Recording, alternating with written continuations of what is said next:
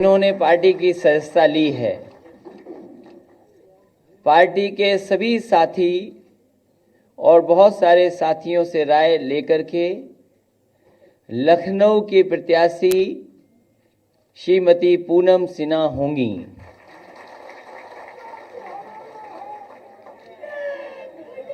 वैसे तो देश में बहुत मुद्दे हैं, देश में कई सवाल उठेंगे, समय समय पर मुद्दे बदलेंगे भी।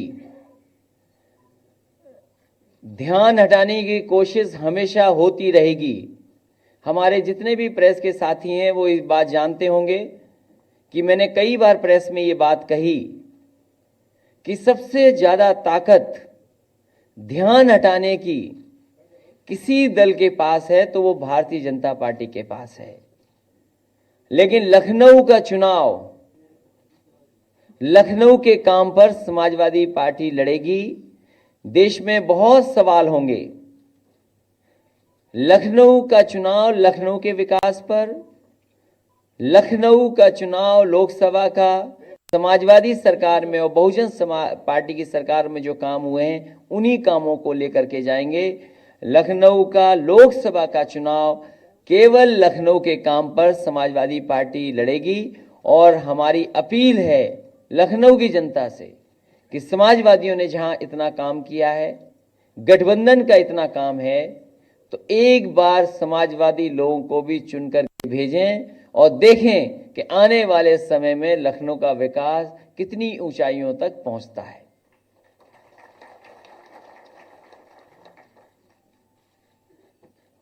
मैं प्रेस के सभी साथियों का भी धन्यवाद देता हूं।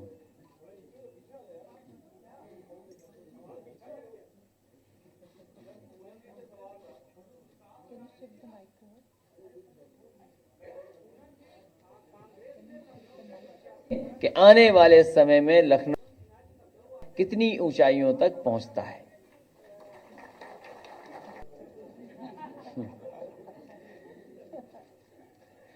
तो ये कंफ्यूजन आपको नहीं होना चाहिए।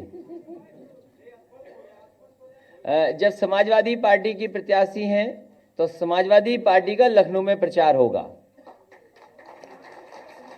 तो लखनऊ में जब कोई प्रचार होगा तो साइकिल के लिए प्रचार होगा। इसमें भी कंफ्यूजन है आपको?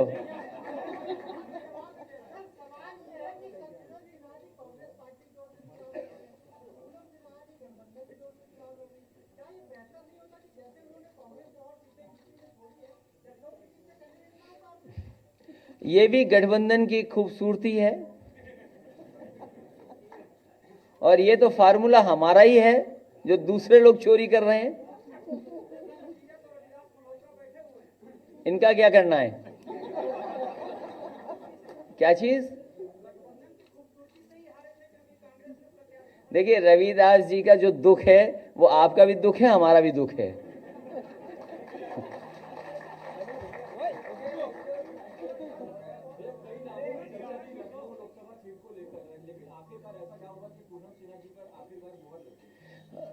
ये पार्टी का फैसला है और लखनऊ में कहा यह जाता है कि शुरुआत कभी महिला प्रत्याशी से ही हुई थी। सबसे पहली सांसद भी महिला रही हैं यहां। तो हमें समाजवादियों को लगता है, क्योंकि बहुत सारे लोग तारीख दिखा के, समय देख करके काम करते हैं, इस बार समाजवादियों ने यह भी काम करके देखा है।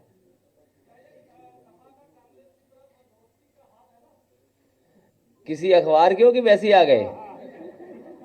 अच्छा, वो तुम जनता में बैठे थे।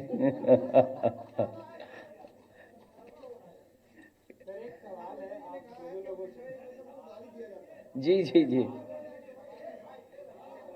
आप समाजवादी पार्टी को समझते हैं और जो गठबंधन है बहुजन समाज पार्टी उसको भी आप जानते हैं। कई मौकों पर सपा, बसपा और आरएलडी ने साफ कहा है और किया है कि हमारा गठबंधन सक्षम है भारतीय जनता पार्टी को रोकने के लिए। आप जवाब दे चुके हैं, लेकिन एक सवाल जो है डिंपल जी से और पूनम जी से है कि जो आजम खान का जो मुद्दा है बीइंग लेडी, इस पे आपका क्या रिप्लाई है? क्योंकि जिस तरीके से उसकी चारों तरफ क्रिटिसिज्म हो रही है, आप क्योंकि दोनों लोग महिला हैं और इसलिए आपका इस पे क्या कहना है? पहले मैं बता दूं, फिर दोनों लोग बता देंगे, तो 3 लोग जवाब देंगे तुम्हारे एक सवाल का। देखिए, समाजवादी पार्टी को बार बार ये नहीं कहना चाहिए और न कहना चाहता हूं मैं, जितना समाजवादी पार्टी में महिलाओं का, बेटियों का, लड़कियों का किया है, वो कभी दूसरे दल से कम नहीं है। और मैं कई मौकों पर कहा हूं, शायद जब पहली बार मैंने बोला होगा तो आप नहीं रहे होंगे इस प्रेस कॉन्फ्रेंस में। मैंने कहा है कि ध्यान हटाने की सबसे ज्यादा ताकत अगर किसी के पास है तो भारतीय जनता पार्टी के पास है। मैं उन भारतीय जनता पार्टी के लोगों को याद दिलाना चाहता हूं कि जब कभी भी कोई आता है लखनऊ, और खासकर पुलिस से संबंधित अगर कोई मामला है कि किस तरीके से टेक्नोलॉजी ने पुलिस को बदला है या पुलिसिंग को किस तरीके से बदला गया है, रिस्पांस सिस्टम क्या बदला गया है, लड़कियों को और बेटियों को सुरक्षा देने के लिए क्या व्यवस्थाएं बदली हैं, तो सबसे पहले देश की जितनी भी पुलिस आती है वो 100 नंबर को देखती है, फिर 1090 को भी देखती है। और शायद आप में से बैठे हुए बहुत सारे इस बात के गवाह होंगे कि कई प्रेस कॉन्फ्रेंसेस या कई जो आईपीएस के बड़े बड़े फंक्शंस हुए हैं जिसमें नेशनल लेवल के ऑफिसर्स आए हैं, वो आपने कवर किए होंगे 100 नंबर की बिल्डिंग में जाकर के।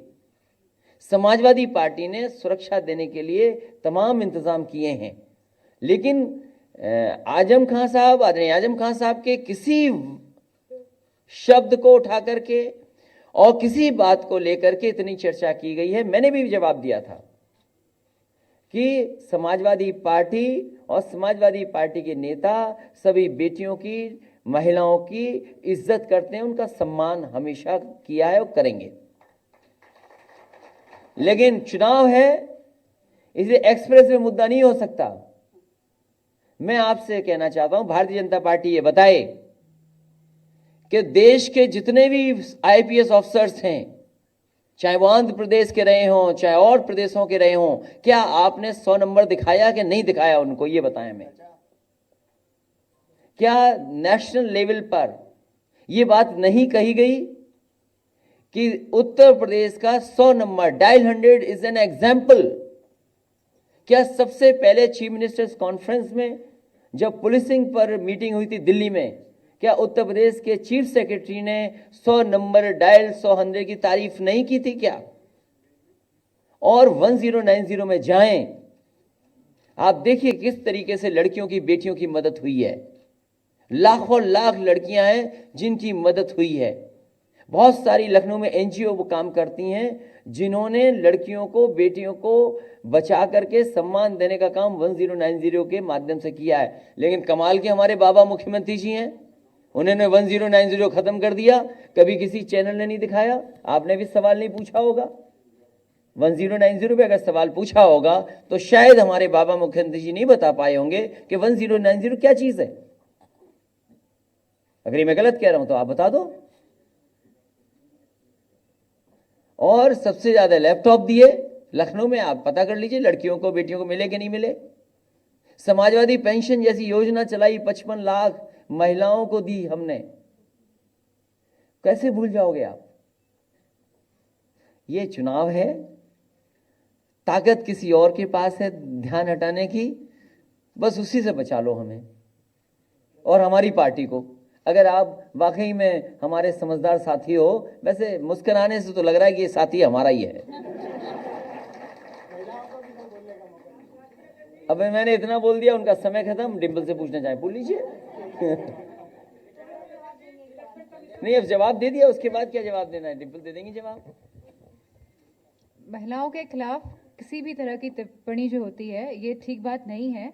और मैं समझती हूँ कि जब हमारे दयाशंकर सिंह जी ने, भाजपा के जो हैं, जब मायावती जी पे जब इतनी अश्लीलता वाली जो बात कही थी, और मैं समझती तब मीडिया वालों ने इतनी बढ़ चढ़ के बात क्यों नहीं उठाई है।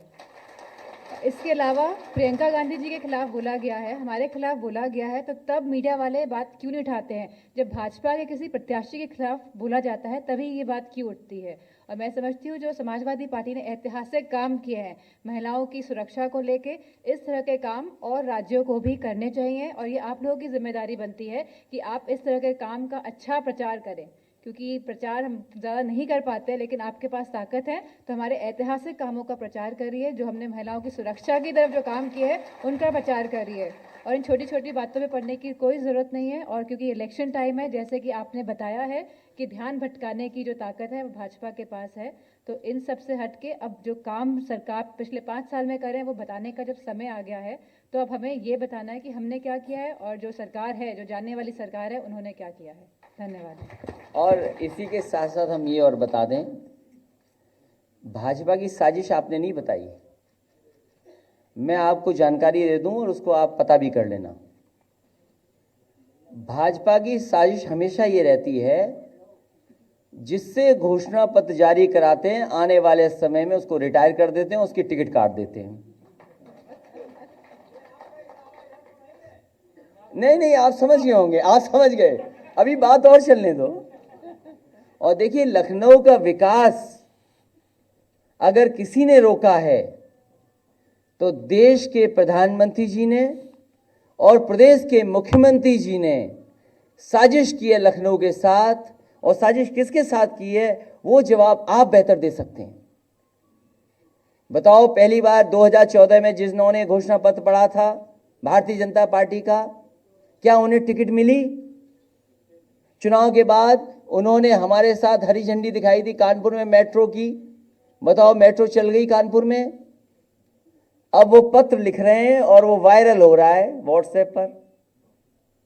तो समझ लीजिए 2019 का भी घोषणा पत्र किसी से पढ़वाया है। आने वाले समय में ये भारतीय जनता पार्टी की साजिश है उनके खिलाफ, और उसी साजिश की वजह से देश के प्रधानमंत्री जी ने और प्रदेश के मुख्यमंत्री जी ने लखनऊ का पूरा काम रोक दिया।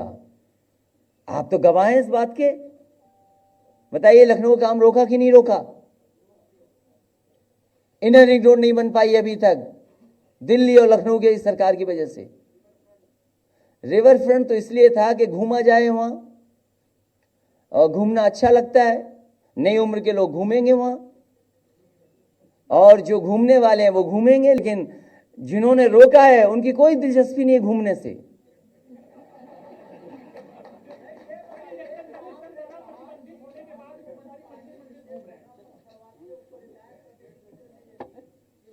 ये साजिश है।